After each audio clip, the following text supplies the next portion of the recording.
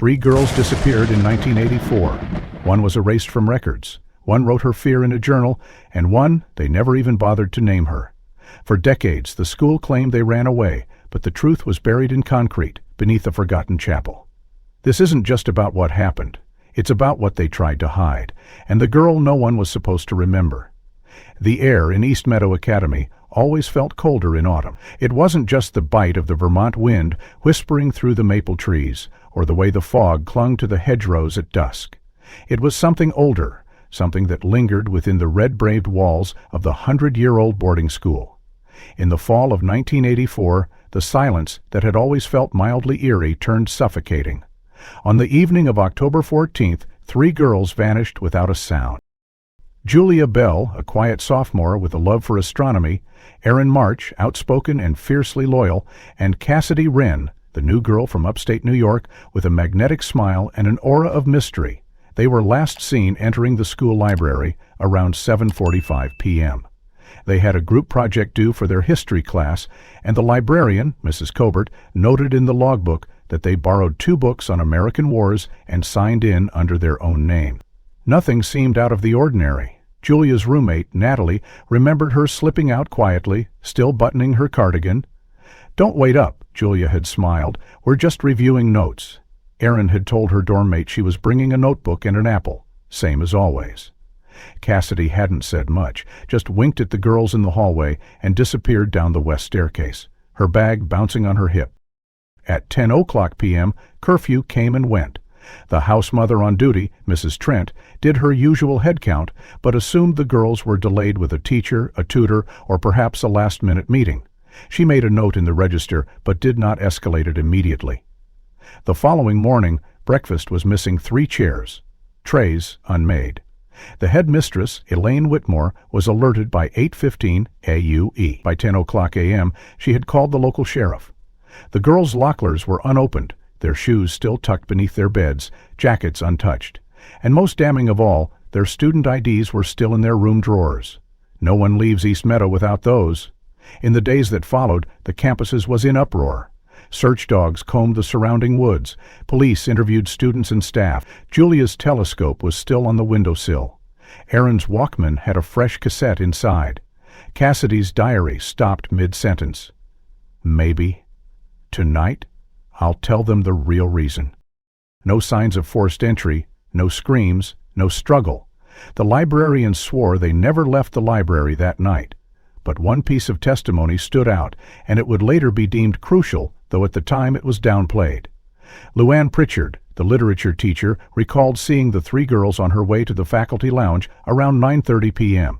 They were whispering near the back staircase, the one that leads to the old archives, she had said, wringing her hand. "I thought they were just sneaking snacks or gossiping." When asked why she hadn't reported it sooner, Luann looked down. "I wasn't supposed to let students wander past 9 p.m. I didn't want to get in trouble. I thought they'd gone back to their dorms." But they hadn't. Weeks passed. Rumors spiraled. Some students whispered the girls had run away. Erin had joked about hating school food. Cassidy often talked about seeing New York again. But Julia had mail from her parents, unopened, on her desk. A Halloween card from her little brother. Nothing suggested she'd planned to vanish. When winter came, the ground froze over and the missing posters began to curl on lampposts.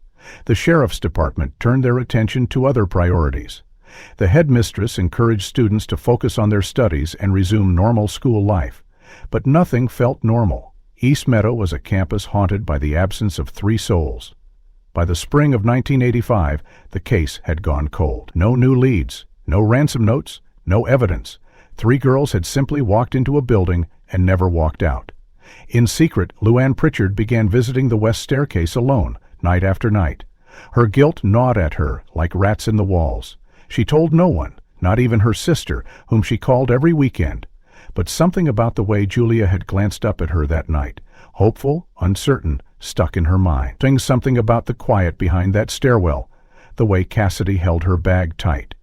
Years later, she would remember the way the air felt as she passed them, unusually cold, like a cellar with no doors. But in 1984, fear kept her silent, and that silence cost 3 girls everything. 1 week after Julia, Aaron, and Cassidy disappeared, the East Meadow campus had quieted into a strange sort of stillness. The initial frenzy of interviews and searches had subsided into a limping routine. The students, eyes darting over their shoulders, avoided certain hallways. The teachers, brittle with stress, returned to lesson plans that felt futile. But on the 7th morning, a small, padded envelope arrived at the front office. No return address, just the school's name, typed in block letters. Inside was a single sheet of paper, folded precisely in half. A long strand of dark hair looped around a thin silver ring, and a note typed on yellowing stationery. "Stop looking. It's better this way." Headmistress Whitmore immediately locked her office door and called the sheriff. Deputy Allen, who had taken over the investigation after the lead detective was reassigned, looked visibly rattled. The ring matched a photo from Cassidy Wren's file, a gift from her grandmother, engraved with tiny stars along the band. The hair, presumed hers as well, was sent to the state lab, though in 1984 DNA testing was still in its infancy. No fingerprints were found, no traceable spark, just silence wrapped in a threat. The staff was told to keep quiet. It could be a cruel prank, Elaine insisted during the emergency faculty meeting, but everyone felt the shift. The note wasn't dramatic or emotional. It was cold, deliberate. A warning. For the first time, some began to believe the girls might never come back. The next blow came 2 days later. The Wren family, already drowning in uncertainty, received a strange manila envelope addressed to Mr. and Mrs. Wren at their home in Binghamton, New York. It contained Cassidy's academic progress report, hand-signed by Mrs. Estelle Langford, head of academics, complete with grades, attendance records, and teacher notes for the fall semester. But the report was dated November 22, over a month after Cassidy had vanished. The ink was fresh, the paper uncreased. Cassidy had missed over 30 consecutive days of classes, and yet the report praised her consistent engagement in literature discussions and thoughtful questions in ethics class. Mrs. Wren called the school in a panic. Elaine Whitmore responded with what felt like scripted calm. "We are investigating the matter," she said, "but please, understand our teachers sometimes prepare reports in advance, but no one prepares comments about class participation from a student who had been missing for over a month." Cassidy's mother, Evelyn, kept the envelope, pressed the paper flat, and wept quietly in the laundry room so her youngest son wouldn't see. The handwriting on the comments, flowing, cursive, looked identical to the same notes in Cassidy's previous term. Deputy Allen visited East Meadow again. This time his questions were colder, sharper. He asked for handwriting samples from faculty lounges and teacher workspaces, but the school pushed back. "You're upsetting the girls," Elaine said firmly, her tone steel behind the smiles. "They're just children. They need normalcy." That week, a rumor began circulating among students. A janitor had found a key outside room 104, the old archive annex, the one with the locked door no one used anymore. Some swore they saw Mr. Haverly, the elderly maintenance man, drop it in the hallway. Others claimed he never carried keys at all. The rumor fizzled out as quickly as it began, but a sense of unease remained.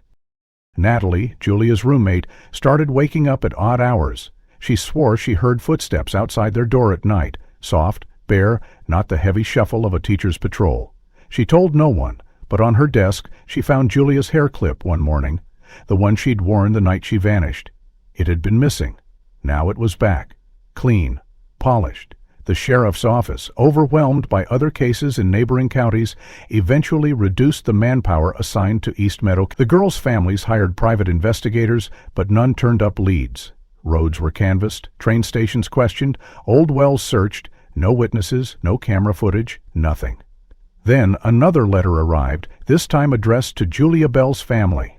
It was just one sentence, handwritten in blue ink on white stationery. The Bell family handed it to the sheriff, but handwriting analysis yielded no matches in school records.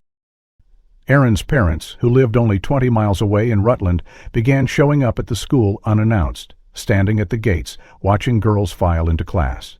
They believed someone inside knew more. Aaron's older sister, a college sophomore, came to East Meadow posing as a prospective student. She wandered the halls, peeked into rooms. She said she felt a strange cold draft near the basement stairs, but didn't think much of it. Meanwhile, the administration started sanitizing the narrative. A tragic but unexplained absence became the official line. Flyers were taken down, no memorials were permitted. The chapel's Sunday prayers stopped mentioning the missing girls. In the dormitories, students learned to speak in code. "Has anyone seen the astronomer?" meant Julia. The rebel, Aaron. The city girl, Cassidy. Some said Cassidy had snuck out to meet someone from town and had been taken. Others whispered Aaron knew too much about something that happened last semester. Julia? Most believed she just followed the others, but no one knew for sure. The year trudged forward. Snow covered the garden paths. The Christmas break came and went. Girls returned to school in January, wearing new scarves and practiced smiles. But 3 rooms remained dark. Mrs. Pritchard stopped attending morning meetings. She claimed migraines.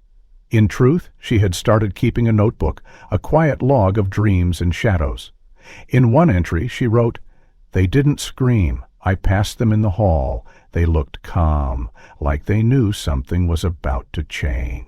She tore the page out and burned it in her fireplace. But the memory lingered. No one noticed when Estelle Langford, the academic coordinator who signed Cassidy's report, quietly took a leave of absence in February.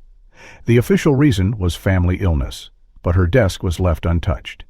As spring approached, one final envelope arrived, this time slid under the chapel door. It contained a photo, a blurry shot of 3 girls standing near the edge of the woods, their backs to the camera. One wore a cardigan with stars on the elbows, Julia's favorite. It was time-stamped October 14, 1984, 9:42 p.m. And just like that, the mystery deepened. By the summer of 1985, East Meadow Academy looked unchanged from the outside. The ivy still crawled across the chapel stone, the flag still waved over the courtyard, and the students still walked in quiet pairs through the trimmed hedges. But inside, something had shifted. The tension from the previous fall hadn't eased. It had calcified, turned brittle, the kind of silence that cracked under too much scrutiny.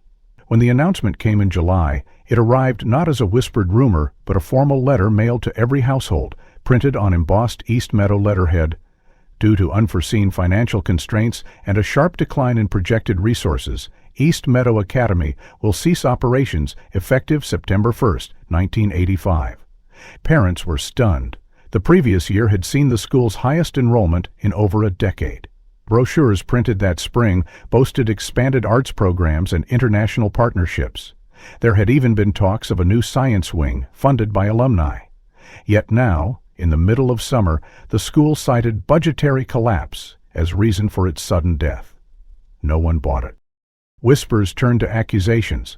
Some suspected a lawsuit had been filed behind closed doors, wrongful death perhaps. Others murmured about hush money, insurance manipulation, silent settlements. But no public statement elaborated. Headmistress Whitmore retired quietly. The board disbanded. Staff were dismissed with generous severance packages. The school, once proud and resilient, simply folded in on itself. Around the same time, an incident occurred that was later referenced only in fragments. On August 11th, a fire alarm sounded in the administrative wing at 2:17 a.m. The local fire department responded within minutes.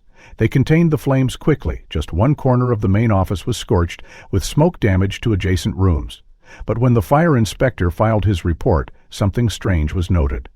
Only one cabinet had fully burned. It was a heavy steel file cabinet labeled Dormitory Records, 1983-1984. Everything inside had turned to ash. All other cabinets remained intact. The fire had been small, localized, almost surgical. Staff whispered theories, but no one could explain how a supposedly flame-retardant cabinet melted from the inside. There were no electrical faults, no accelerants found, yet the only student records that were destroyed were those tied to the year the girls disappeared.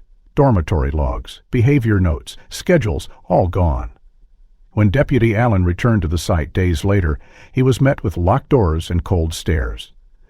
"We're in the middle of shutdown procedures," the facilities manager told him, eyes narrowed. "Nothing else to see here." But Allen persisted. He asked for backup copies, microfilm, anything. The secretary, a young woman named Darla, offered a reluctant shrug. We only kept physical files. Budget cuts meant no digitizations, copies of staff contracts, nothing personal, nothing useful. It was as though the school had systematically erased its most controversial chapter. Parents of the missing girls demanded answers. Cassidy's father wrote to the education board, demanding an inquiry. Julia's mother contacted newspapers, but the reporters she spoke to claimed they were instructed not to pursue the story further. "It's been handled," they were told. "Let the families healed." Inside East Meadow, boxes were packed, desks emptied, trophies from the debate club were stowed into crates, labeled for auction. The final weeks were a blur of dust and silence. No farewell ceremonies, no alumni gatherings, just a ghost campus shedding its skin. Natalie, Julia's old roommate, with her parents to collect personal items. She wandered into the old dormitory wing and found the door to room 213 still ajar. The room had been stripped bare, beds gone, curtains pulled, closets empty. But on the windowsill, facing west, someone had drawn 3 small stars in pencil. They hadn't been there before. In the library, a maintenance worker found a cracked floor tile under the 3rd row of history books. Beneath it was a folded piece of paper, yellowed and brittle. It read, in small, shaky letters, "We waited. No one came." By September, East Meadow stood empty. Weeds began to overtake the rose beds. The flagpole rusted. A for sale sign appeared near the main gate. The town looked the other way. No one wanted to admit the truth. A school that once promised safety, structure, and education had quietly buried its own legacy. Or worse, someone inside had made sure of it, and somewhere, hidden beneath layers of smoke and secrecy, the names Julia Bell, Aaron March, and Cassidy Wren were reduced to ghosts on paper that no longer existed. But not everyone forgot. Not everyone accepted the ending as final. Not everyone stopped asking why. When East Meadow closed its doors in the fall of 1985, the silence it left behind seeped outward, reaching into the homes of families still waiting for answers. For some, that silence became unbearable. For others, it was protection. Aaron March's family fell into the latter category. By December, just 3 months after the academy shut down, the Marches sold their home in Rutland and relocated to a quiet suburb outside Chicago. There was no announcement, no farewell gathering. Their neighbors learned of the move only when a real estate sign went up and a U-Haul was spotted in the driveway one icy morning. The decision had been sudden, or at least appeared so, but those who knew the Marches best could sense something deeper at play. Aaron's parents, Margaret and Louis, had once been outspoken, frequenting town halls, writing letters to the local papers, even organizing community vigils on the school's front lawn. But after the second anonymous letter arrived, triptych and unsigned, just a single sentence, "Some things are safer in silence," Margaret stopped taking phone calls. Louis canceled every scheduled meeting with law enforcement, and when Deputy Allen showed up on their porch unannounced, he was met with a locked door and drawn curtains. They never filed a formal complaint, they never said goodbye, and they never spoke of Aaron again. For a time, their sudden withdrawal sent ripples through the investigation. Allen made several trips to Chicago in the months that followed, but was unable to contact the Marches. They had changed phone numbers, forward no address. One officer described their home as a fortress wrapped in grief. Whatever they had learned or feared was locked away with them. Meanwhile, in Binghamton, Julia Bell's mother, Ruth, had been sorting through her late husband's belongings in the garage when she discovered an old canvas box marked Summer '84.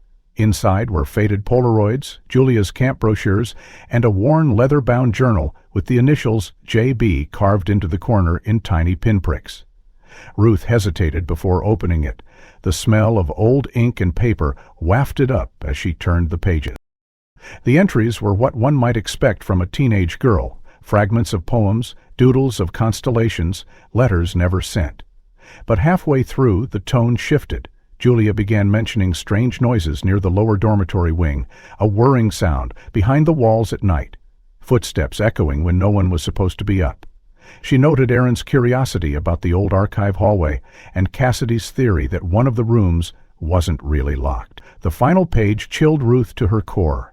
Written in hurried pencil, barely legible, it read, "We found it. Room 72 is not just storage. The handwriting was jagged, the lines slanted, as if written in haste or under duress. There were smudges where fingers had gripped the edge. And that was it. No date, no explanation, just the words hanging in the void. Room 72 did not appear on any of the East Meadow campus maps Ruth had. She checked Julia's orientation booklet, her emergency contact sheets, even an old floor plan she'd once used to find the music building during Parents' Weekend. The numbers ended at 71. Ruth circled the statement with a red pen and put the journal in her bedroom drawer, unsure whether to show it to the authorities. 3 days later, she mailed a photocopy of the final page to Deputy Allen without a note. He received it in his office, now stacked high with boxes from other unresolved cases. He stared at the words for nearly 10 minutes, then pulled up every weapons that structural permits. Most of them had been transferred to state archives, poorly scanned, many pages missing. Room 72 was mentioned only once, in a blueprint revision dated 1962, with a handwritten notation, "Converted to storage, no entry permitted." Allen drove to the shuttered school that afternoon. The buildings were padlocked, the interiors stripped bare, but the bones remained.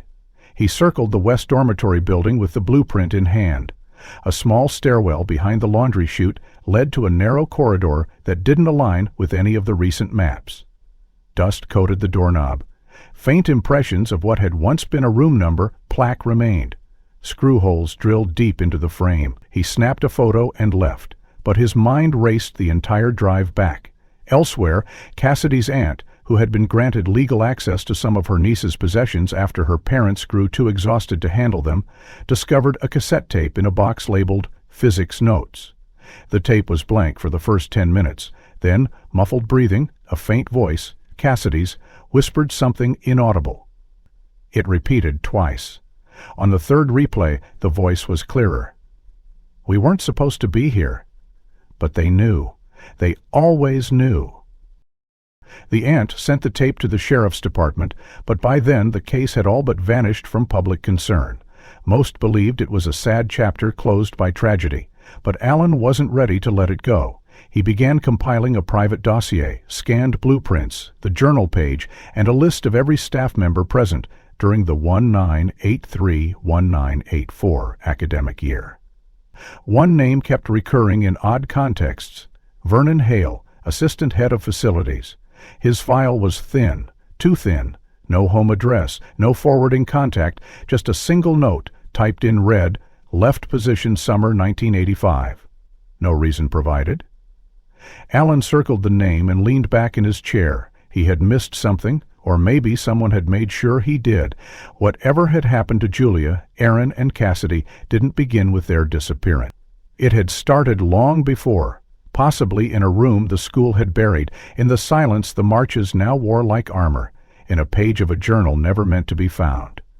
And maybe, just maybe, someone was still watching. In the spring of 2023, the grounds of the long-abandoned East Meadow Academy were silent again, but this time not with secrecy, rather with anticipation.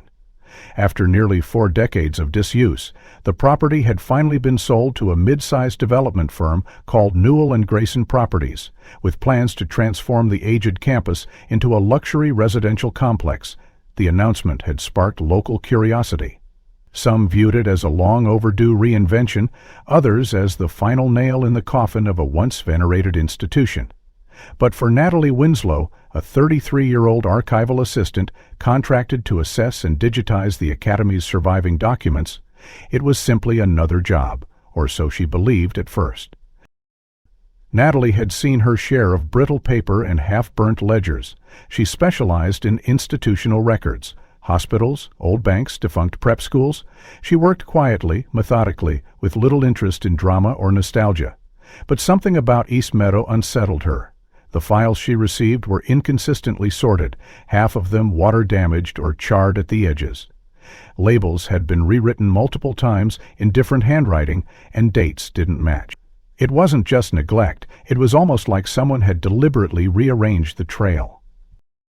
Late one evening, while reviewing a faded stack of campus floor plans from a 1960s expansion project, Natalie noticed something peculiar. A diagram for the East Wing basement had a clear annotation for Room 72, converted storage. But when she compared it with a 1980 floor plan stored in the same binder, Room 72 had disappeared entirely. Not renamed, not reassigned, just omitted. There was no logical shift in the building's structure. The walls aligned, the square footage was unchanged, yet an entire room had simply vanished from the official records. Her curiosity piqued, Natalie dug deeper. She cross-referenced permit filings with state architectural surveys. One document from 1962 mentioned a utility passageway sealed due to ventilation hazard, while a 1971 maintenance memo referred vaguely to issues stemming from Room 72's lock mechanism. But by 1984, not a single memo, maintenance record, or student complaint referenced the room at all. It was as if someone had erased its existence not only physically, but administratively. The next morning, Natalie requested access to the property itself. Though the buildings were structurally unsound and slated for partial demolition, she received clearance to walk through with a contractor present. Armed with the old blueprint, a flashlight, and a growing sense of unease, she stepped into the east wing through a side door that moaned on rusted hinges. Dust danced in shafts of sunlight piercing through boarded windows. The hallway still smelled faintly of aged wood and mold. Beneath the cracked linoleum, she found the stairwell noted on her map, a narrow descent hidden behind what was once the janitor's closet. The steps creaked beneath her boots as she descended into the cool, musky underbelly of East Meadow. The basement was cramped, cluttered with toppled shelves, forgotten desks, and collapsed ceiling panels. Natalie traced the walls with her fingers, the blueprint in her left hand guiding her steps. When she reached the western end, she paused. Her map indicated a right turn into a small square enclosure. Room 72. But all that stood before her was a solid, featureless wall. The material struck her immediately. The wall, unlike the rest of the basement, was made from coarse gray cement, smoother than the surrounding brick. It was unpainted, unstained by water or age. It looked newer, decades newer, and the seams where it met the adjacent walls didn't align perfectly. Whoever had sealed this section had done it hastily, without concern for aesthetics. Her fingertips brushed against a slight groove, barely visible, a subtle outline of what might once have been a doorframe. She pulled her phone out and took several pictures, marking the coordinates and dimensions. The contractor accompanying her raised an eyebrow. "That's not original," he said, crouching beside her. "This whole section's been patched, and not in the 70s, more like late 80s or early 90s, based on the cement mix." She asked him to tap along the wall. A hollow thunk echoed from one section. Concrete filled most of the wall's depth, but not all of it. Something was behind there. Natalie returned to the blueprint later that evening, this time overlaying it with East Meadow's original utility grid. A narrow ventilation shaft, now defunct, had once connected Room 72 to the old library directly above. A note scrawled in the corner of a 1958 facilities memo read, "Do not use shaft to archive. Temperature fluctuation affects preservation." Why would a storage room have direct ventilation to the school's library? Why seal it so aggressively? Why remove every mention of it from the school's records post-1984? Her heart pounded as she reread the page from Julia Bell's journal. "We found it. Room 72 is not just storage." Natalie knew she had stumbled onto something bigger than faulty building records. She wasn't prone to melodrama or ghost stories, but this wasn't about a ghost. It was about what the school had buried. She began compiling a timeline of building modifications, staff turnovers, and all mentions of Room 72. Every connection led back to 1984. Every omission began in 1985, and all of it circled the 3 missing girls whose names she had only just begun to learn. The contractor offered to bring a ground-penetrating radio scanner the following week. "It'll show us if there's a void behind that wall," he said casually. Natalie nodded, but her hands were already shaking. She didn't need a scanner to know what was back there. She could feel it in the air, still, heavy, waiting. It took nearly 2 weeks to obtain official permission, but on the morning of May 12, 2023, Natalie stood once again in the basement of East Meadow Academy, her boots pressed against cracked concrete, her hands gloved and trembling as the hired demolition crew prepared to breach the cement wall that had no right to exist. The paperwork had gone through Newell and Grayson's legal team with surprising ease, though Natalie suspected they hadn't fully grasped what she was asking to do. The contractor's GPR scan confirmed what her instincts had screamed. There was a cavity behind the wall, roughly 10 by 12 feet, with structural integrity suggesting it hadn't been touched in decades. As the first chisel struck the surface, a sharp echo rang through the corridor. With every thud, dust drifted like ash into the still air. By mid-afternoon, the wall gave way, with a final crack, revealing a narrow void shrouded in stale darkness. Natalie stepped forward, flashlight in hand, and the beam caught the edge of something cloth-like, faded and slumped in the far corner. The room smelled like time itself, damp, rust, and old paper. As the dust settled, the space revealed its secrets. Against the back wall lay 3 school uniforms, discolored but unmistakably East Meadow issued. Navy blazers, pleated skirts, and white-collared blouses. Beneath them, 3 sets of skeletal remains were curled unnaturally, as though they had slumped to the floor while sitting. One skull rested against the wall, its jaw slightly open, as if caught mid. Another had its hand still curled around a small plastic comb. The third lay near a rusted folding chair, collapsed inward. Natalie's breath caught. She crouched slowly, heart thudding in her ears, and noticed personal items strewn among the remains. A friendship bracelet with the initials E+J etched in beads. A cracked pair of prescription glasses she later confirmed matched Julia Bell's old student ID photo. Most haunting of all was a cassette tape, half swallowed by mold, its label long disintegrated, resting between 2 stacked textbooks covered in mildew. Considered called within the hour. The site was secured, and a forensic team arrived from the state lab by sundown. Natalie stayed until nightfall, her hands still trembling as she handed over the cassette to the evidence technician, unsure if it would yield anything at all. The bodies, though degraded, bore no signs of blunt force trauma or visible wounds. The forensic pathologist would later confirm death likely occurred by asphyxiation, oxygen deprivation in a sealed space, but how they ended up there, why they hadn't escaped, and who had locked that door behind them, remained unspoken questions clinging to every breath in that room. 3 days later, the lab contacted Natalie. The cassette had been partially restored. Using specialized audio recovery equipment, they had extracted just under 9 minutes of usable content. What they heard left seasoned technicians pale. The recording began with a loud crackle, followed by a girl's voice, faint, raspy, and afraid. "This is Cassidy Wren," it said, barely audible. "It's the 3rd night, I think. I don't know anymore. We've tried banging. No one comes." A pause, then hurried breathing. "We thought it was a prank, some punishment." They said just a few hours. The next part of the tape was filled with whispered conversation, broken and overlapping. Julia's voice could be faintly heard, urging calm. Erin sobbed in the background, asking over and over, "Why won't they open it?" Cassidy continued, her tone wavering between anger and despair. "They said room 72 wasn't used, just storage. They said it would help us think, but the door, when it shut, it didn't open again. We screamed the first day. I lost my voice." A long pause followed. Then, quietly, Cassidy added, "I think they forgot us. Or maybe that was the plan." The final minute of the tape consisted of static, punctuated by a chilling thud, followed by silence. Natalie listened to it 3 times in a row in the sheriff's office. Each time, her chest tightened.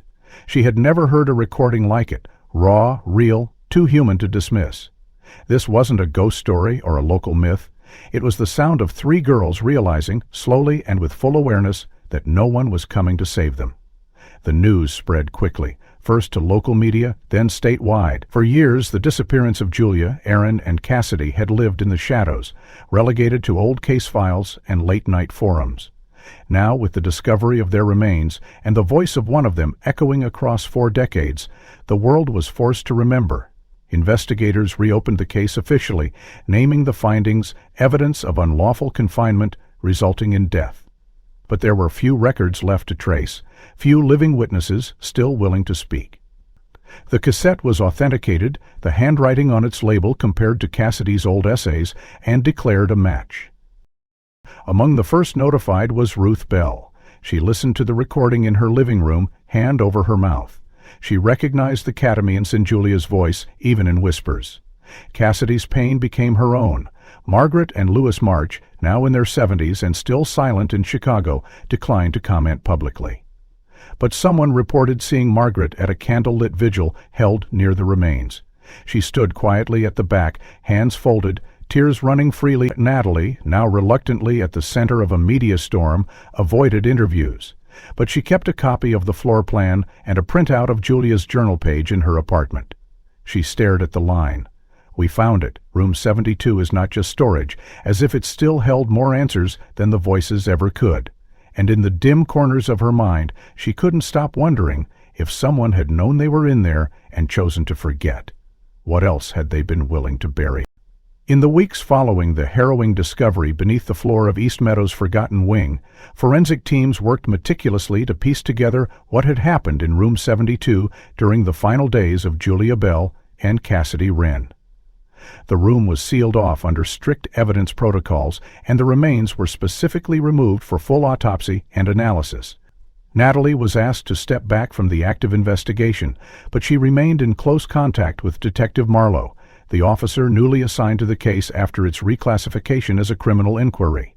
Early forensic reports were chilling in their clarity. The skeletal remains were intact, each showing signs consistent with death by asphyxiation, collapsed nasal cartilage, microfractures in the hyphoid region, and other indicators associated with suffocation in enclosed, low-oxygen environments.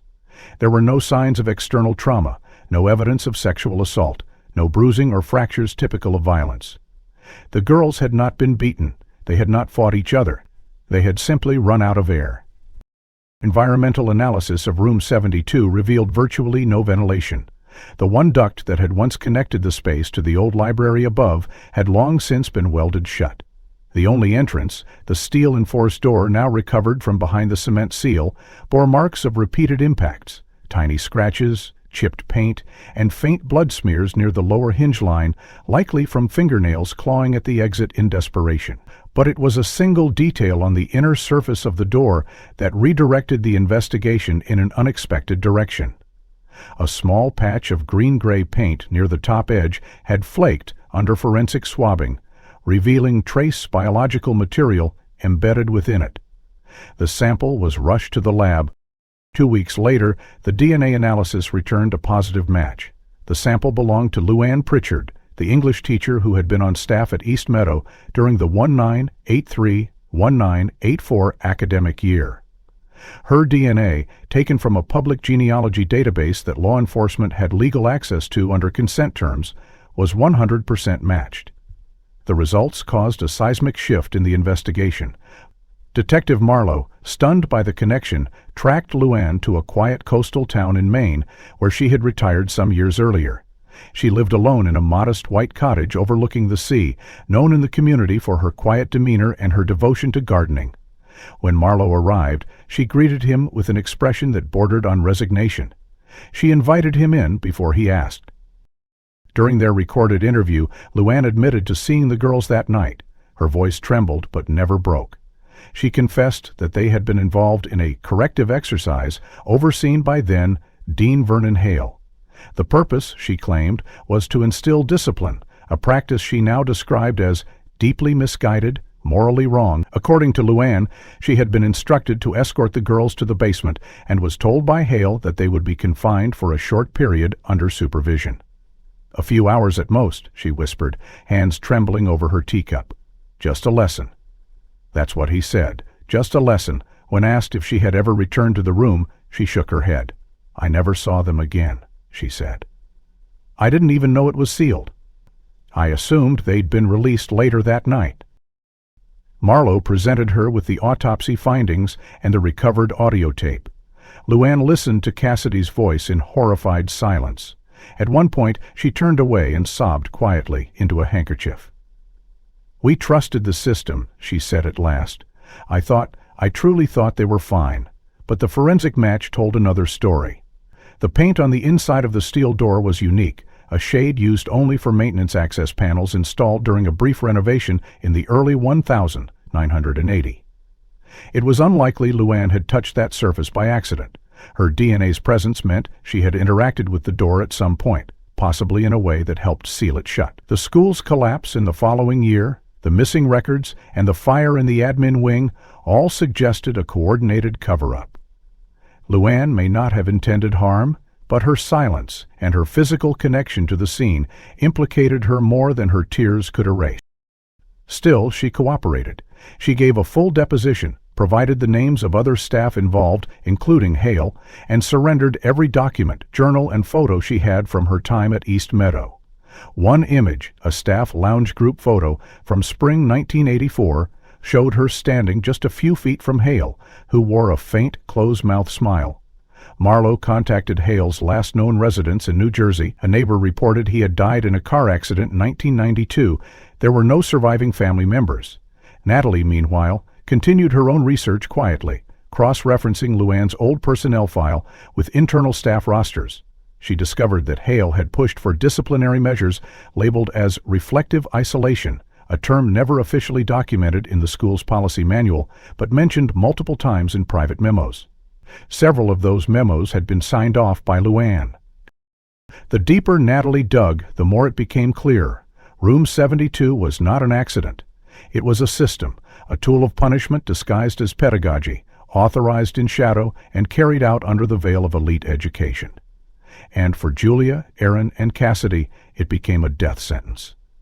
The state attorney's office began preparing a formal case. They couldn't prosecute Hale, but they could hold the institution accountable. Former board members were contacted, depositions were scheduled, the story reached national headlines. In the wake of the revelations, East Meadow's name was removed from all remaining state registries.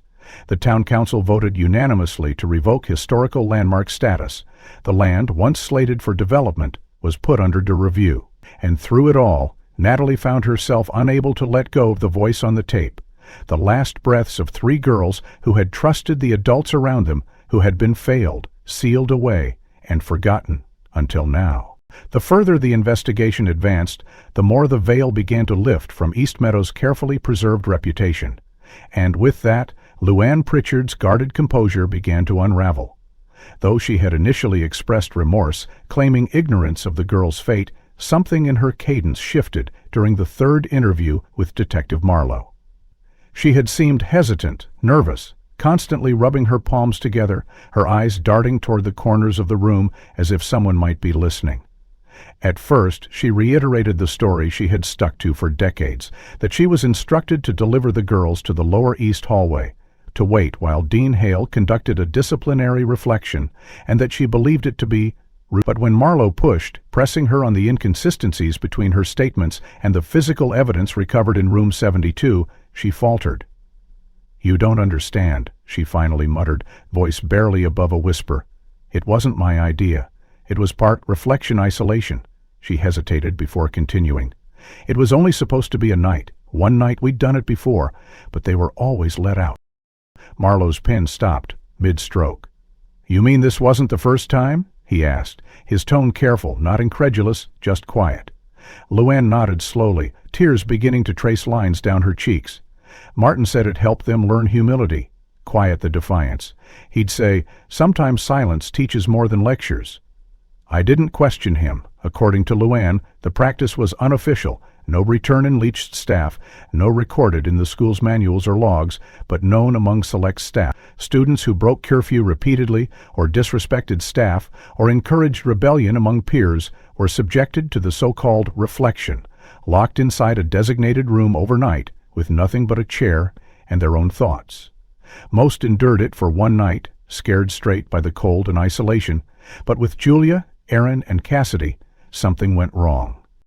"They're scheduled to be released the next morning," Luann said, her hands shaking. "I came by the hallway around 6:30 a.m., as I always did, to unlock the door, but that morning it was sealed shut, cemented, and Martin was already gone." She paused, as if replaying the scene in her mind. "When I asked him later, he brushed me off, said they'd been released early. That someone else had handled it." She swallowed hard. "I believed him. I told myself I'd misunderstood, but when they didn't show up at breakfast, I knew. I knew something had gone horribly wrong, and I did nothing." The revelation was devastating.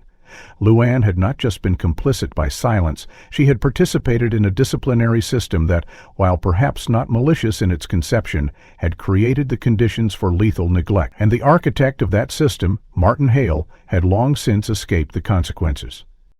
Detective Marlowe reopened Hale's personnel file, only to find it curiously sparse. No details of disciplinary actions, no formal complaints, but word-of-mouth reports began to emerge as the media storm intensified. Former students from the late 70s and early 80s came forward anonymously, recalling Hale's cold demeanor, his fixation on order, and the way he'd stare at certain girls just a little too long. A former teacher recalled seeing him grab a boy by the collar so hard it left a bruise. Another remembered a late-night meeting where Hale boasted about breaking resistance in the stubborn ones. None of it had ever been documented. Marlowe tracked Hale's death certificate, killed in a car crash in New Jersey in 1992, his vehicle having veered off an icy bridge late at night. No foul play suspected. No obituary, no funeral records.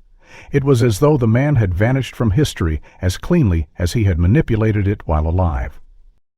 But his legacy remained. The door in room 72, the cement seal, the practice of reflective isolation, none of it could have existed without institutional complicity.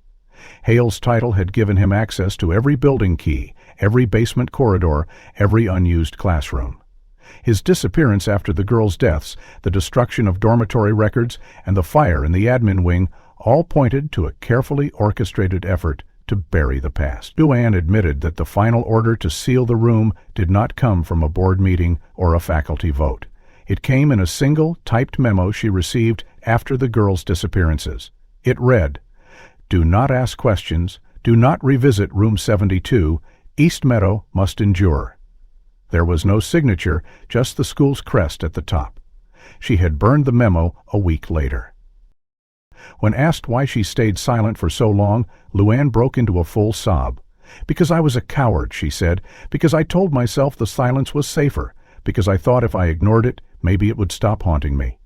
But now, with the evidence unearthed, with the public crying out for justice, and with Julia's, Aaron's, and Cassidy's names finally spoken without shame, the silence was no longer protection. It was indictment. And across town, Natalie sat in her apartment reading through a scanned copy of Hale's disciplinary notes, one of the few documents that had survived in a forgotten filing cabinet sent to archives decades earlier. There, scribbled in the margin beside Julia's name, was a single word in red ink. Resistant. She circled it and stared. For the first time, Natalie began to question not just what had happened, but how many others had come close to room 72 and had barely escaped its lesson. Following Luann's reluctant confession and the damning evidence that linked her and the late Martin Hale to the girls' confinement, investigators began combing through what little remained of East Meadow's administrative archives. Most of the documents had been either destroyed in the mysterious 1985 fire or scattered across various state records, but one overlooked box in a municipal records office yielded something unexpected: a personnel ledger from June 1984 labeled Staff Realignment, End of Term. Without official explanation or disciplinary context, 3 teachers and 1 residential supervisor had been transferred or released from contract. The notation for each name was vague, non-disciplinary administrative reassignment, and lacked any attached performance reviews or formal complaints, which was itself unusual. What caught Marlowe's attention was the timing: June 17, 1984, just 72 hours after the last confirmed sighting of the girls. Among the 4 names listed, one stood out: Harold Pritchard, listed as a senior residential advisor and night shift supervisor for Dormitory B, the same wing the girls had last been assigned. At the time of his reassignment, he had been with the school for nearly 12 years, a respected if somewhat quiet figure, never in the center of gossip or controversy. His abrupt transfer to a private boarding school in Oregon raised questions. Detective Marlowe traced Pritchard to a retirement community in Sedona, Arizona.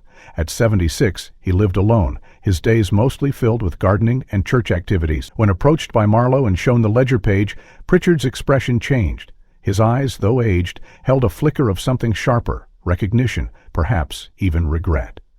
At first, he denied any knowledge of the girls' disappearances beyond what was publicly reported, but when pressed with the timeline and the revelation that Room 72 had been discovered sealed with human remains, his composure faltered. "I didn't know they died," he finally said, voice low and uneven. "But I knew something was wrong. We all did. They told us not to ask questions." According to Pritchard, in the last 2 weeks of the spring term in 1984, a strange shift in protocol occurred. Day, out of nowhere, Hale called me into his office and said the east basement was being treated for mold, structural hazard or some nonsense. Told me not to let any students near it, not to go myself. 2 weeks. That's all he said. 2 weeks. Pritchard complied. He didn't challenge the order, especially not from the vice principal. But looking back, he admitted it was the first and only time in his career he'd ever been told to ignore an entire section of student housing. He also recalled seeing Luann Pritchard, no relation, standing near the hallway one night, looking pale and shaken. When he asked her if everything was all right, she nodded too quickly, then walked away without another word. "I should have pushed," he murmured. "I should have demanded to know more. But I was weeks away from the summer term. I figured it was someone else's problem." His reassignment, he said, came without warning. No hearing, no evaluation, just a letter stating that his services would be better suited elsewhere. He packed his bags and left, telling himself it had been politics or maybe cost cut. But when he read the paper 2 months later and saw the article about the missing girls, something twisted in his gut. He'd never said a word, until now. Detective Marlowe asked if Pritchard remembered anything else, any noises, any complaints, anything that might explain why no one noticed the girls screaming for help in that sealed room.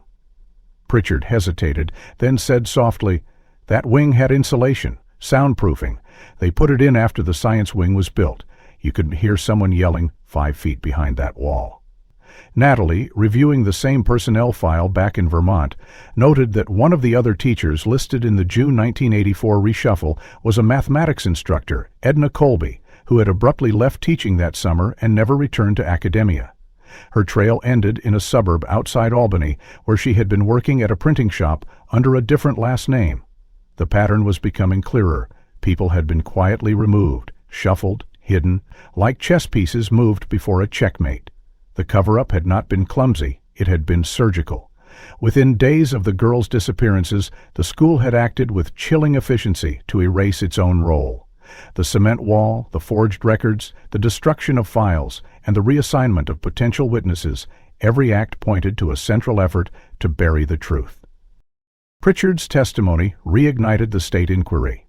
With the public demanding answers and more former staff speaking out, albeit cautiously, the narrative of 3 missing girls had transformed into something darker, an institutional betrayal. Natalie stared at a copy of the staff log from June 16, 1984. There were no classes scheduled that day, no student activities logged, and yet multiple staff had clocked into the building unusually early. Among them was Martin Hale. His timestamp read 5:17 a.e.m. Luann's 5:49 a.e.m. Pritchard had not signed in at all. She marked the entries in red and circled them. Someone had sealed Room 72 before sunrise. Someone had ensured no witnesses, and someone had been willing to silence every person who dared to question it.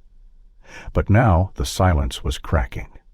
And with each fragment of truth recovered, Natalie realized the story wasn't over yet, not until every name in that ledger had been accounted for.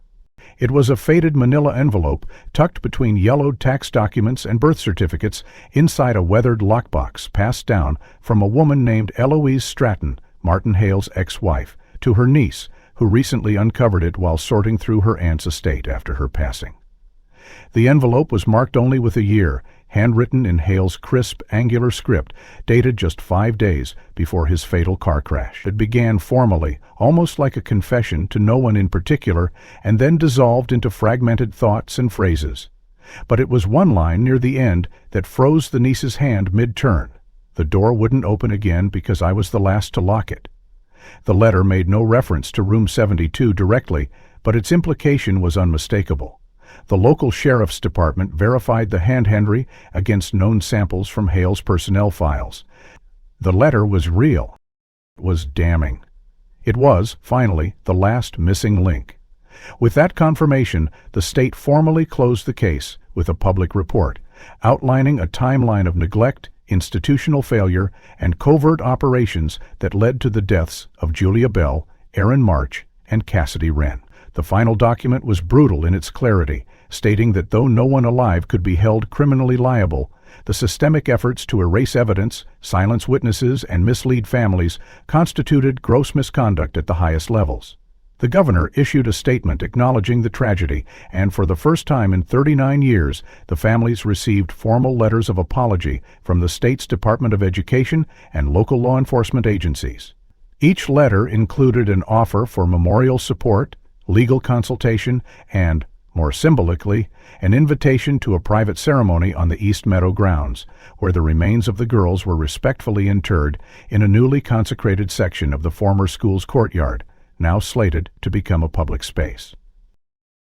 Natalie Winslow, who had become the quiet protagonist in this journey, declined media interviews, but was present at the ceremony. She stood beside the 3 plaques, each etched with the girls' names and a shared epitaph, "We were not forgotten."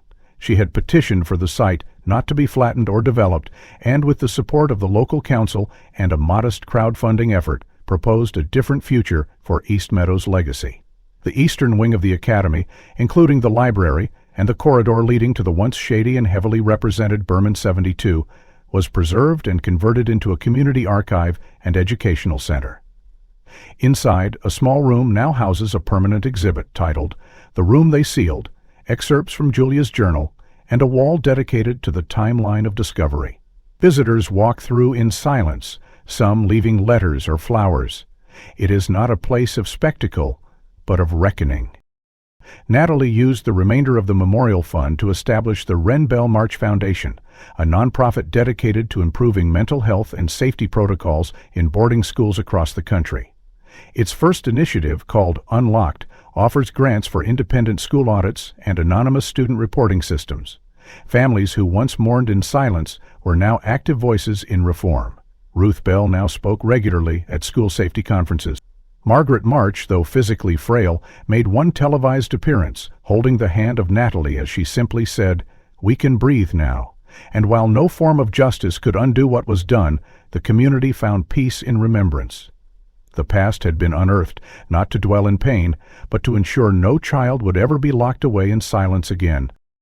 In the final days of summer, just as the newly christened East Meadow Memorial Library opened its doors, Natalie stood alone beneath the stained glass archway that had once hung above the administration building. She thought of the 3 girls, not just how they had died, but who they might have been. She imagined Cassidy reading out loud, Julia sketching stars, Aaron humming to herself while braiding French bracelets. For years, their story had been kept in the dark, behind brick and steel. Now, at last, it belonged to the light. If this story moved you, consider subscribing for more real-life inspired mysteries just like this one. Which part gave you chills the most? Was it the hidden room, the cassette, or the final letter? Let me know where in the world you're watching from. I read every single one.